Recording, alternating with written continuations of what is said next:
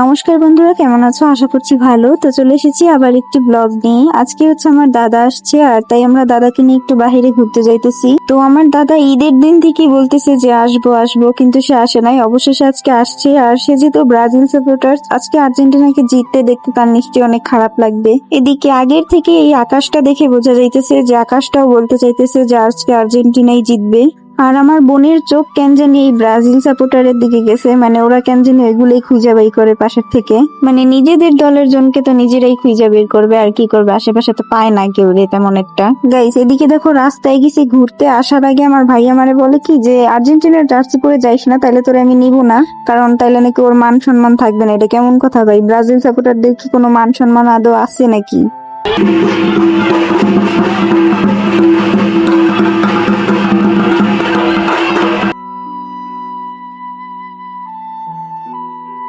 যাই হোক গাইস, এখানে প্রণাম করার সময় আমি মা কালীর বলতেছিলাম যেন আজকে আর্জেন্টিনা 2-1 জিতে যায়।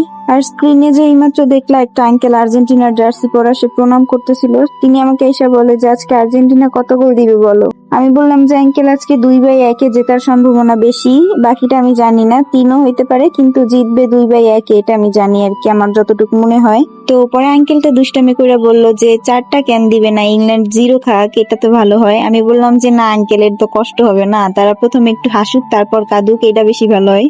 আমি চাইতেছিলাম যে আজকে আমার পরিবারের সবাই যেহেতু ইংল্যান্ডের দলে থাকবে আর আমি আর্জেন্টিনার দলে থাকবো, তাহলে প্রথমে আমি একা কাঁদি, তারপর তারা সবাই একসাথে কাঁদুক, আর আমি তখন হাসবো। যাই হোক, এই যে আমার পাশে 2টা ব্রাজিল বসা, এই 2টা ব্রাজিলই কিন্তু আসার পর থেকে আমার শুধু ভ্যাঙ্গাইতেছে। আর আমি এখানে ওদের বারবার বলতেছিলাম যে যখন তোরা দেখবি যে আর্জেন্টিনা জিতে গেছে, তখন তোদের মানে এই হাসিটা কোথায় উড়ে যাবে সেটা একটু বল আমারে। যাই হোক, এখানে আমরা একটু দুষ্টামি ফাইজলামি করতেছিলাম, যেমন ধরো শাহরুখ খানের পোজ দিতেছিলাম আমরা। আর দাদা এদিকে অহনারে শিখাই দিতেছে যে আমরা শাহরুখ খানের পোজ দিব, তুই আবার মাঝখান থেকে নেইমারের মতো ভ্যাঙ্গাবি আইসা।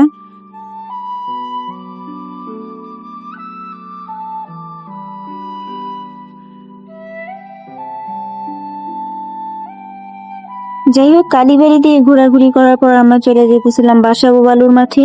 আর সামনে দেখি আমাদের স্যার চলে আসছে।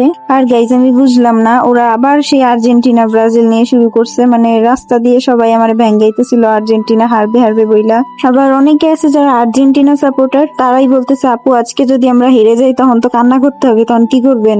আর আমি বলতেছিলাম যে প্রথম থেকেই প্রে করবেন যেন আর্জেন্টিনা জিতে যায় 2-1, তাইলে আর কিছুই হবে না। আর যা নিয়তিতে আছে তা হবেই, সেটা তো আটকাইতে পারবো না আমরা কেউই। এদিকে গাইস, আমি চুপচাপ ছবি ভিডিও এগুলা নিতেছি, আর আমার ভাই গাছের সামনে যেয়ে বলতেছে যে এই গাছে নাকি একটা আর্জেন্টিনা ভূত দেখছে পুরো আমার মতন।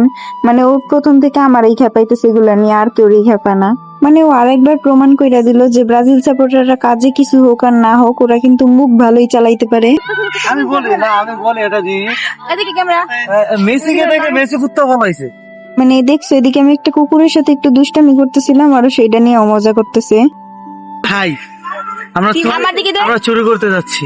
যাই হোক, সেখানে আমি চুপচাপ ছিলাম, কারণ তর্ক করলে তো ওদের মতো হয়ে যাবো, তাই না? আমার তো খাজনার চেয়ে বাজনা বেশি না। আমি শুধু নিজের সাথে নিজে মনে মনে কথা বলতেছিলাম যে যখন ওরা হারবে একটু পরে, তখন ওদের ফিলিংসটা কেমন হবে, এই হাসিগুলা কোথায় উড়ে যাবে, এত সুন্দর হাসি।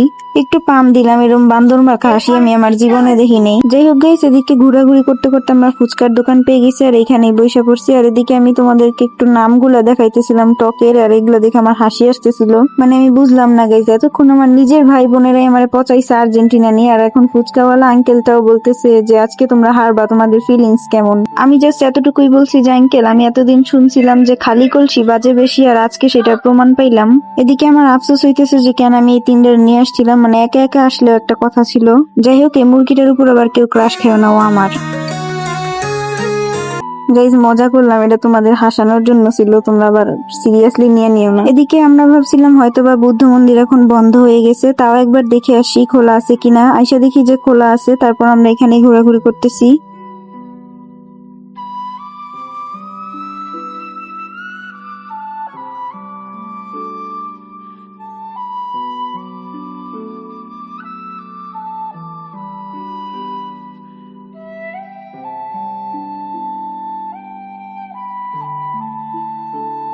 যাই হোক, এরপর আমরা বাসায় চলে আসছিলাম। আর যেহেতু বাবা ইংল্যান্ডের সাপোর্টার, তাই বাবা বলতেছে যে আজকে সবাই একসাথেই খেলা দেখবো। আর এদিকে আমার মা খুব খুশিতে নাচতেছিল যে আজকে ইংল্যান্ড জিতে যাবে, আর সেই জন্য চকলেট কাটতে গেছে। এদিকে বাঙালি মায়েদের অস্ত্রের মধ্যে অন্যতম হচ্ছে পুতা, যেটা দিয়ে আমার মা টাকায় টাকায় চকলেট ভাঙতেছে। যাই হোক, চকলেট খাইতে খাইতে আমরা খেলা দেখতেছিলাম, আর তারপর দেখি ইংল্যান্ড একটা গোল দিয়ে দিছে, আর আমি তারপর ভিডিও করার মুডে ছিলাম না, তাই আর ভিডিওটা করতে পারি নাই। আর এরপর আমি যেটা ভবিষ্যৎবাণী করছিলাম আগেই, মানে ইংল্যান্ড 2-1 আর্জেন্টিনার কাছে হারবে, সেটাই হয়েছে। এদিকে আমার দাদা সকাল সকাল ঘুম থেকে উঠে রেডি হয়েছে, কারণ ও এখন চলে যাবে, তাই কারণ ওর কাজ আছে। মজার ব্যাপার, হাইরা ওর মুখটা থামে না, মানে ও আবার শুরু করছে আর্জেন্টিনারে পচানোর লেগে নাকি আরো একদিন বেশি পাইছে। এরপর কালকে রাতে আইনা রাখা 7 আপটা ওর সামনে দিয়ে বলি যে এটা এখন খা, তুই ঠান্ডা মাথায় ঝগড়া কর। আর আমার মতো এত ভালো বোন থাকতে ও ঘরের থেকে বাধ্য হয়ে বের হয়ে গেছে খুব তাড়াতাড়ি, মানে ও নাকি আর একটা সেকেন্ডও বাসায় থাকবে না, এখনই চলে যাবে, আর এই জন্য আমি একা একাই খাইতেছি। গাইস, দাদা তো খাবে না 7 আপ, আমি খাচ্ছি।